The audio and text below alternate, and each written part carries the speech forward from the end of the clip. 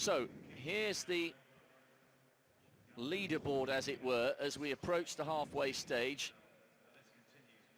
All of the big names from Kenya and Ethiopia are still very much in touch, and no sooner have we thought there's an injection that the 10 running together in conversation are spread out once again. Well, they're slowing down yet again. That's very strange, and it's allowing the two Brazilians actually to have a little bit of time to get back into contact there, almost 10 meters or so off of this group. They're still on course for just outside 2:10 at the moment, so which is capable, which they're all capable of. So that's what makes it such a fascinating race so far. I wonder what dialogue there is going on between the three Ethiopians running together on the left of shot. Kiprotich with that yellow water bottle, with his compatriot Jackson Kiprot beside him. De Silva and Paula grinding on, and it's another bid here by the Olympic champion, the Ugandan Stephen Kiprotich.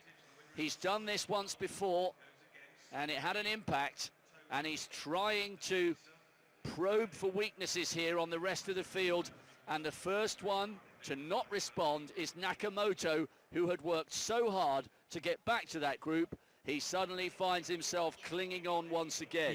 Yeah, well, that was almost a foregone conclusion, really. But you can see, though, that Tola just again responded whenever anybody threw the gauntlet down.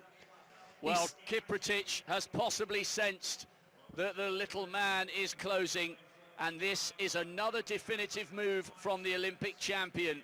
4 into 3 doesn't go, and the Ugandan has responded, and this time the man who's struggling and rocking and rolling from side to side is the big man Tadesse Tola. I think this could come down to a sprint in the stadium at this rate.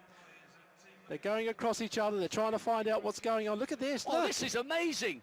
They're literally veering from one side of the road to the other. I'm not sure I've seen that in the closing stages of a marathon. And Stephen Kiprotich is literally sprinting here. He's veering from one side of the road to the other. And still the Ethiopian refuses to be dropped. Kiprotich still driving on, still looking over his shoulder, and the Ethiopian refuses to break. Well, we're not far now from coming in the stadium, and the gap is only about 10 meters or so. Has Tadesse left anything, or is it over really before they get inside the stadium? There is a fabulous night of athletics in store here at the Olympic Stadium. He's high-fiving those gathered round the side of the course.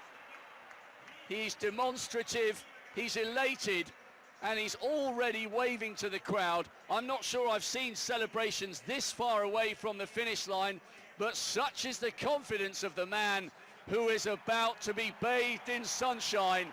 He becomes only the second man in history to win the world title and the Olympic title and hold both accolades together.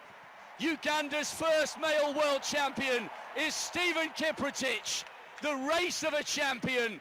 He's done the double in the hardest event of all. Well, chasing behind, Tadesse coming in now. That was a great run from him. He lost it just over the last kilometre of the race when the big break came. But he's got the silver medal, and behind him, Tola, after all that hard work, coming in now for the bronze. He looks a tired man, but a magnificent, magnificent performance from the Ethiopians. Kebede so often manages to time it perfectly, not quite today. An excellent run from Nakamoto as well, but what about Stephen Kiprotich? He will be the toast of Uganda tonight.